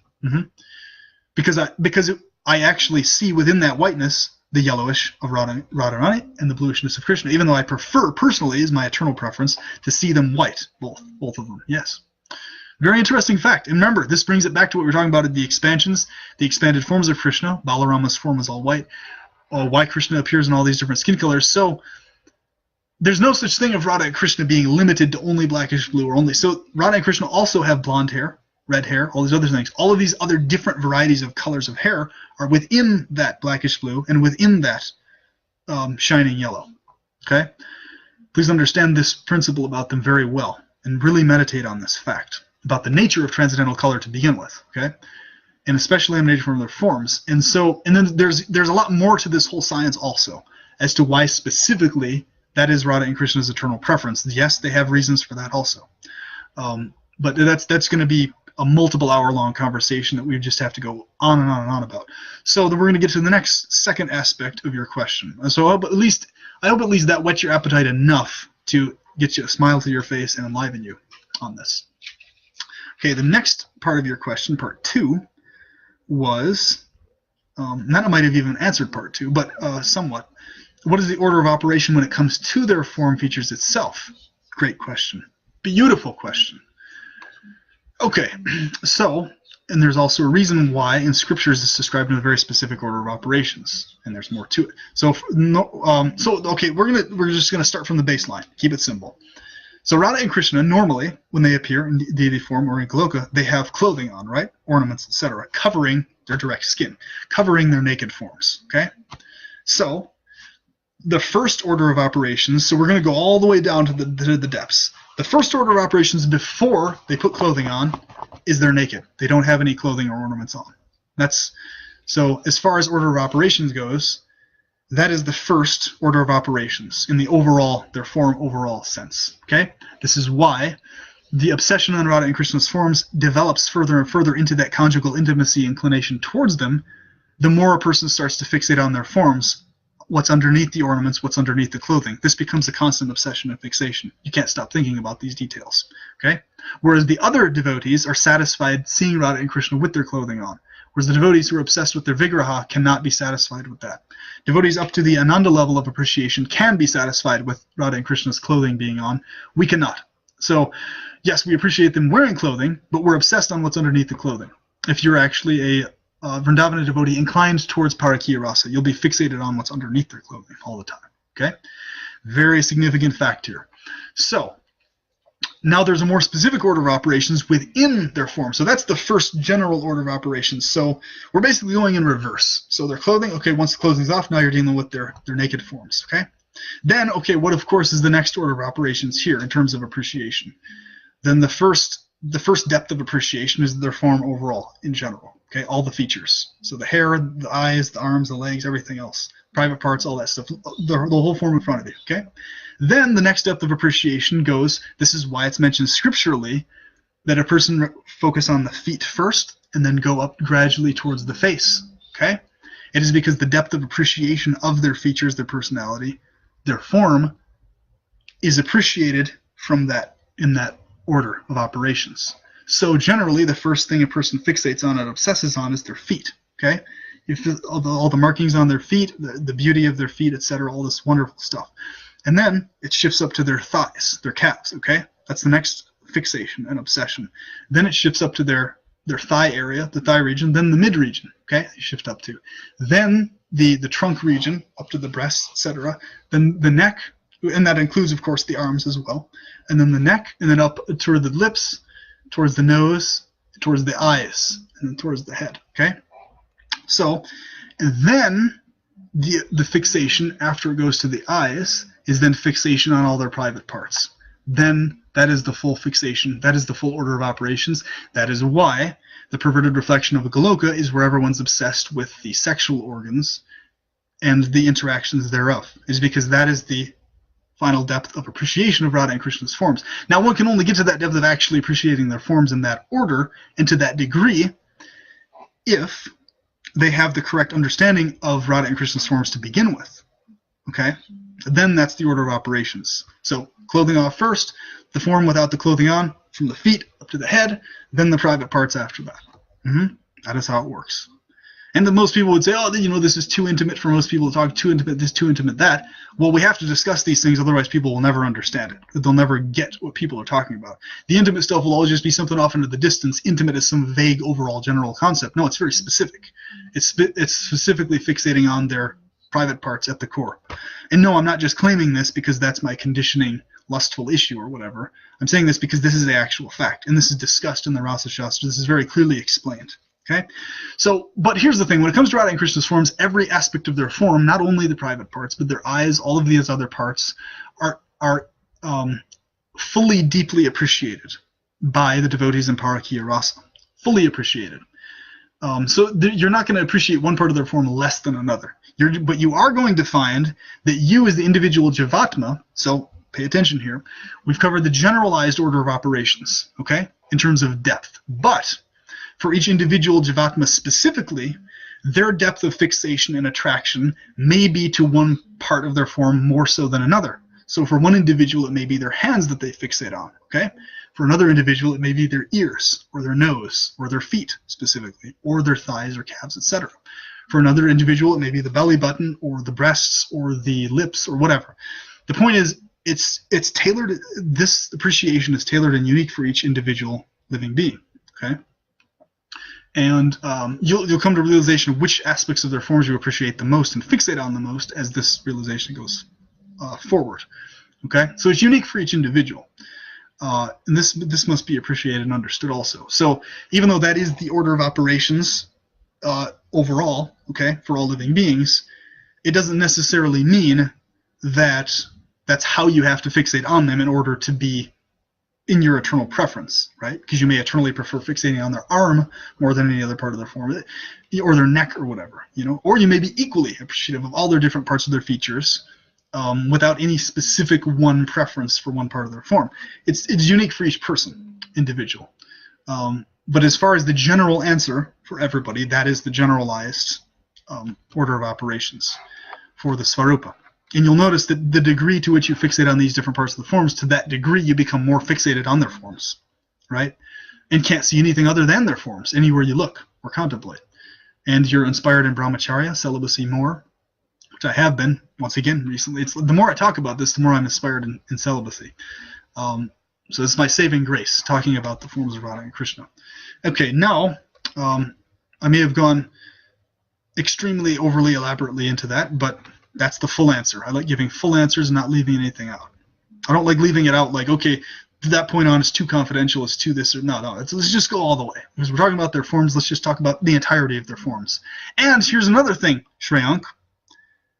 Fixation on their internal organs. Yes, Radha and Krishna have eternal internal organs. They do. So they have an intestine, they have a heart, they have all of these things.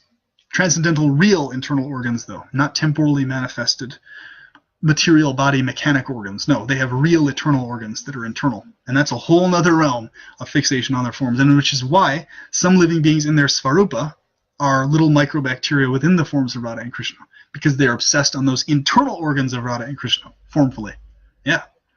This is a thing nobody's talked about that I've seen anywhere in the world. Talk about stuff nobody talks about. This is stuff that's never been discussed. Like, it just isn't discussed. But it's true. It is discussed. It's a thing, you know. So, yeah, it's incredible. So we just talked about the externally observable features of Radha and Krishna's form. We haven't even discussed the internal organs and how beautiful those are. So, yeah. Okay, there we go. So we're going to keep going on. I get so into this. Yeah. So it's what I think about all the time. I fixate on this 24/7. So yellow and blue is greenish. Bingo. And that is why the color of Kamadeva's skin, their eternal sun, is greenish in color. Because it's the combination of their skin colors together, and their suns, the millions of Kamadevas, are greenish. That's why. Very simple. What else is known about this green hue? In Shreyank, speeches. Thank you. Hare Krishna. You know, and that's the thing, Shreyank. Now, you see, after we discussed all of this, what we just talked about, all of this is beyond words. So we can talk about it in words, but you have to actually get immersed and appreciate these features of their forms beyond words, right? This is what Krishna consciousness is about, and has always been about, and always will be about. It's fixation on all these formful details, top to bottom, inside and out, you know, right, left, and center. So, yes, indeed. Boy, that was great. That was intense. Yeah. So anybody, this is the video that I'll refer to anybody to watch. Anybody who wants more information on their forms, details, things like that, etc. So, yeah. Yeah, really trippy stuff. And see, here's the thing. When people understand this nature of the colors of Radha and Krishna's skin color, they'll understand that Radha and Krishna manifesting in a different color variation they're not less Radha and Krishna. So if Radha and Krishna appear with red hair, and they both have, like, let's say, green, or they both have yellow eyes or something, and let's say Radha and Krishna both appear in completely black forms or something with red hair, they're still going to be Radha and Krishna, and they're still the yellow hue and still the blackish blue, right? Even when they display those other colors, which are within the yellow and the blue. So, yeah, that's it. There you have it. So yeah, anybody with this impersonalistic crap still floating around, they can just watch this video and it refutes all that crap. And this will, and if somebody doesn't come to an appreciation of Radha and Krishna's forms after this, they're never going to. They won't. And when I say never, I mean they'll probably be in the Brahmajyoti for what we would term an eternity, or a huge-ass period of time, trillions of years, whatever. That's sometimes what it takes. So do not take this opportunity cheaply. Do not take this for granted, this understanding of their forms. This is very rarely discussed, very rarely realized, actually more rarely realized, and within that realization, the specifics of their form are even more rarely realized and appreciated. So, yeah, it is not a cheap, regular thing that living entities come across information about their forms like this. It's actually quite the opposite. In fact, the most common thing is people just are bombarded, flooded with impersonal ideas towards their forms and otherwise in every cosmos you can imagine, everywhere across the board.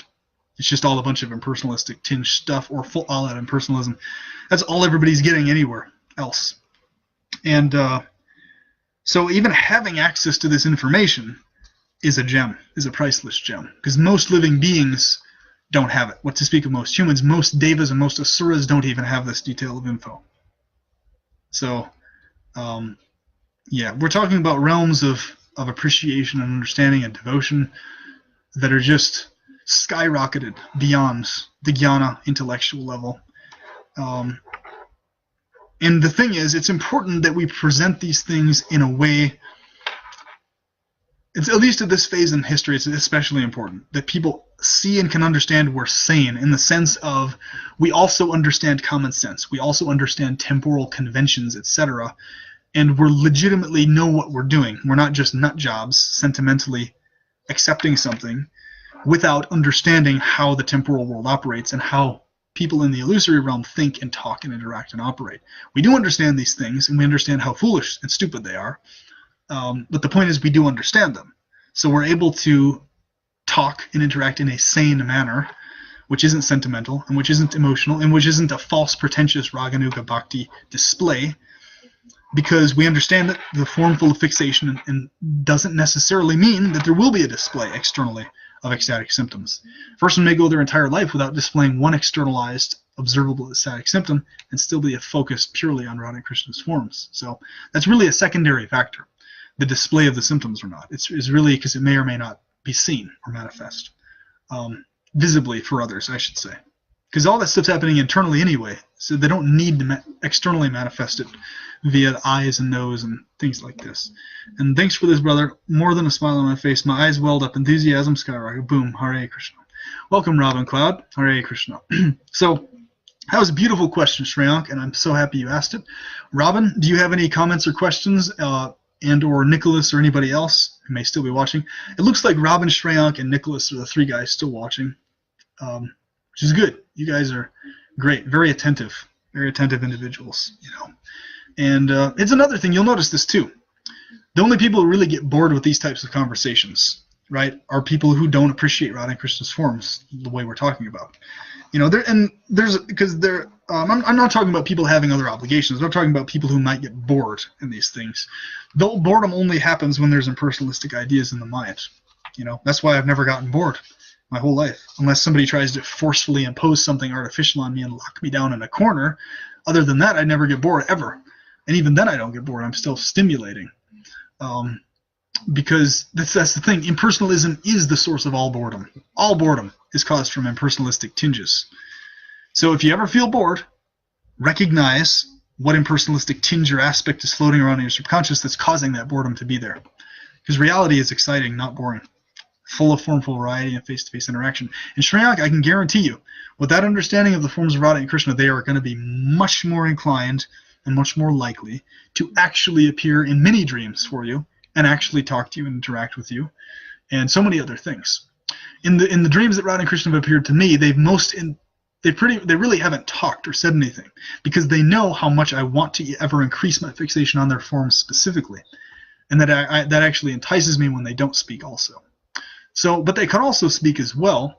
But the thing is, they only speak when someone actually appreciates their speech. So they'll only speak for one of two core transcendental reasons: either to a devotee who already appreciates their form fully and properly, and or two, to a devotee who they know is already impersonalistically tinged and will maintain that impersonalistic tingedness.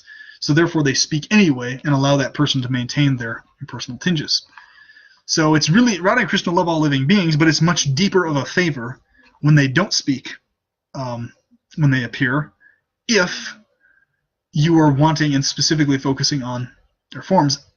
And if they speak, but the point is this: it's much more of a blessing if they appear. If you're dealing with like a ratio, that they appear and don't speak to a devotee who has a correct understanding of their forms, than if they were to appear and speak to someone who still has an impersonalistic conception towards them, because them speaking, all that's going to do is compound that impersonalistic conception. See? So it's actually quite a favor when they appear and don't speak. And if they appear and speak, that's also a favor, but you have to make sure you have the correct appreciation of their forms, okay? Because what tends to happen is the consciousness tends to shift over to appreciating their voice more, right? Mixed in, okay, now I appreciate your voice and your form, and then there's no specific order of operations understood anymore. Form then voice comes from form, see? And so they'll be silent or they'll talk based on the individual's, interest and needs, of course. It'll be specific, but you're much more likely to see them and maintain the correct conception with this understanding. Yes. But don't be fooled, my friends. Any of us could fall back to the lower, more basic levels of grasp and understanding of this at any point, at any level. We could just fall into that. So we have to always be on guard against that. And it's not a paranoia at all. It's actually, well, it is a paranoia. It's a healthy paranoia. You have to be paranoid because that's the only way you can be on guard against all forms of impersonalism coming in. You have to know exactly what they look like before they even arise. You have to be able to spot them from 20 miles away, And Hare Krishna. Okay, getting used to the new time zone, so I missed you, my good friend. How can you be bored of God? This is atheist, I was not bored of God. Yes, very good. And so yeah, this is a really good conversation, Robin. Probably one of the most important talks we've ever had. I'd probably say the most important talk in my opinion. And I know I've said this about a few others, but it's like we keep going on. I feel like every other conversation that this starts happening is the more important one. But this one, I feel like permanently will be the most important discussion. Because with this one, we really went into the forms of Radha and Krishna hardcore in depth, the way we really should always be talking about them daily. But the nature of the temporal world is it is a constant war and fight against impersonalism, because it's always there, always trying to creep back in. And that's just the nature of temporal reality, or I should say illusory, false reality. So the fight is continual. We can never ease up. You can never let them. You can't even let them budge an inch. Otherwise, they'll just come back with their crap ideologies again and spin that off as what they promote as Krishna consciousness or personalism when it isn't.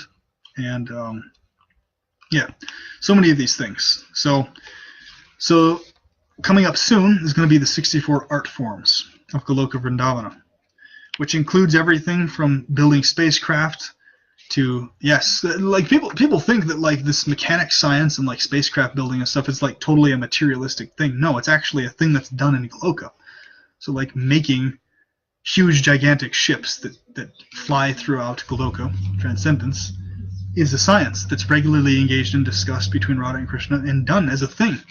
So is martial arts, so is singing, dancing, painting, cooking, everything you could think of that humans could ever do now is done, and then some on top of that is done in Goloka. More so so enough with these stupid idiots trying to claim that the fixation on Radha Krishna's forms, their activities, is somehow like limiting them from doing things temporally. No, it isn't. They don't understand the first damn thing about Radha and Krishna if they're thinking that about their forms. It's like the exact opposite will happen. You'll like thrive and flourish as a computer programmer understanding these things, because that's what we always keep talking about. Goloka Vrindavana is literally everywhere and beyond everywhere. So they're within the computers. They're within the electrical circuits of the stuff we use. They're within the subatomic molecules that are making everything move and happen. Okay, along with being in our hearts, next to us, and our consciousness and everything else. So it's like there's no question of Radha Krishna's pastimes or activities not happening, or you being engaged in some other thing aside from their pastimes. It's impossible, because that's Radha and Krishna literally are everywhere and beyond everywhere. And and the ones who aren't actually tapping into this fact about their forms, they think this is just words. Okay, yeah, they're everywhere. But it just remains a theory. It doesn't actually remain. It doesn't become the experience. It becomes the experience when the living entity understands their forms like this. And here's the thing. I actually do this. Part of the reason I do this, obviously because I naturally feel inspired to do so, and eternally I'm obsessed with their forms, but I do this on purpose. I keep repeating this thing about their forms over and over again like this. Part of the reason I do that is to pluck out anyone and everyone who gets bored hearing that, or who gets tired of it. Because you always find the people who get tired of that are the people who are tinged with some form of impersonalism. The people who have the correct conception never get tired of hearing this about Radha and Krishna's forms. Never. In fact, every time you hear this, you get more enlivened and more excited. That is the sign.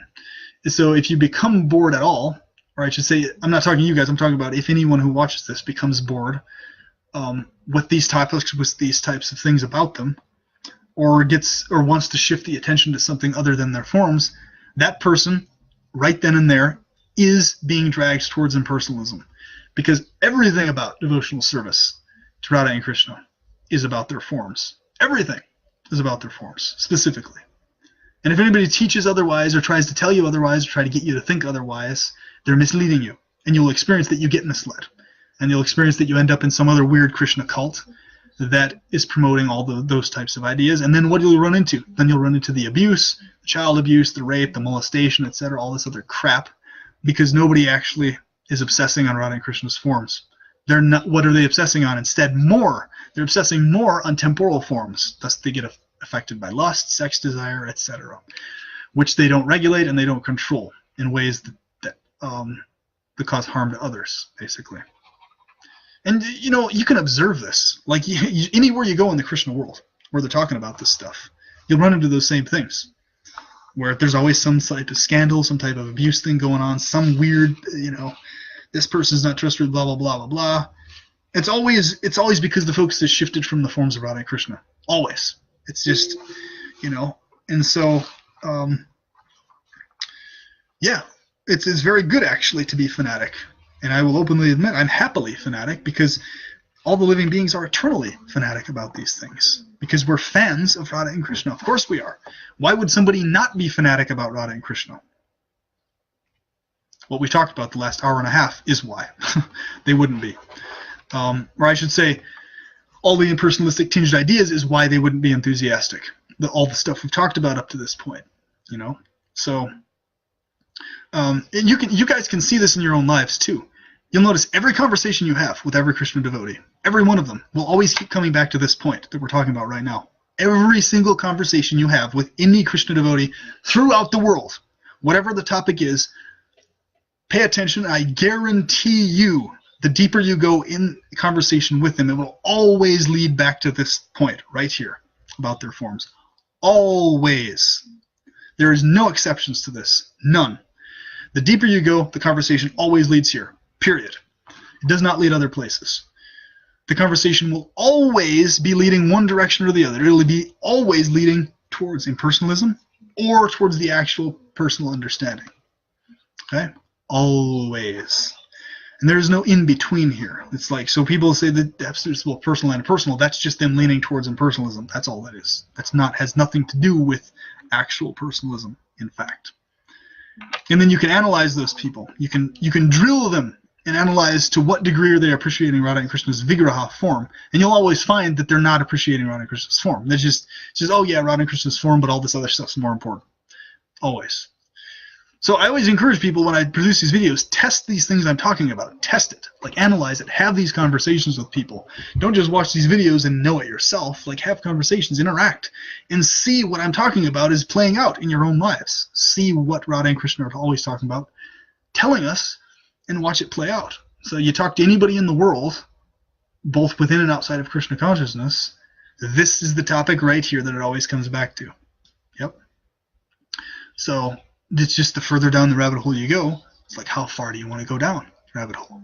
And the rabbit hole will always lead one of two directions. It'll lead either in the illusory wrong direction, which is always towards impersonalism, something, okay? Or personalism mixed in with the personalism. It always leads something to do with that, or will actually lead you correctly down to the correct path towards Radha and Krishna, their forms specifically.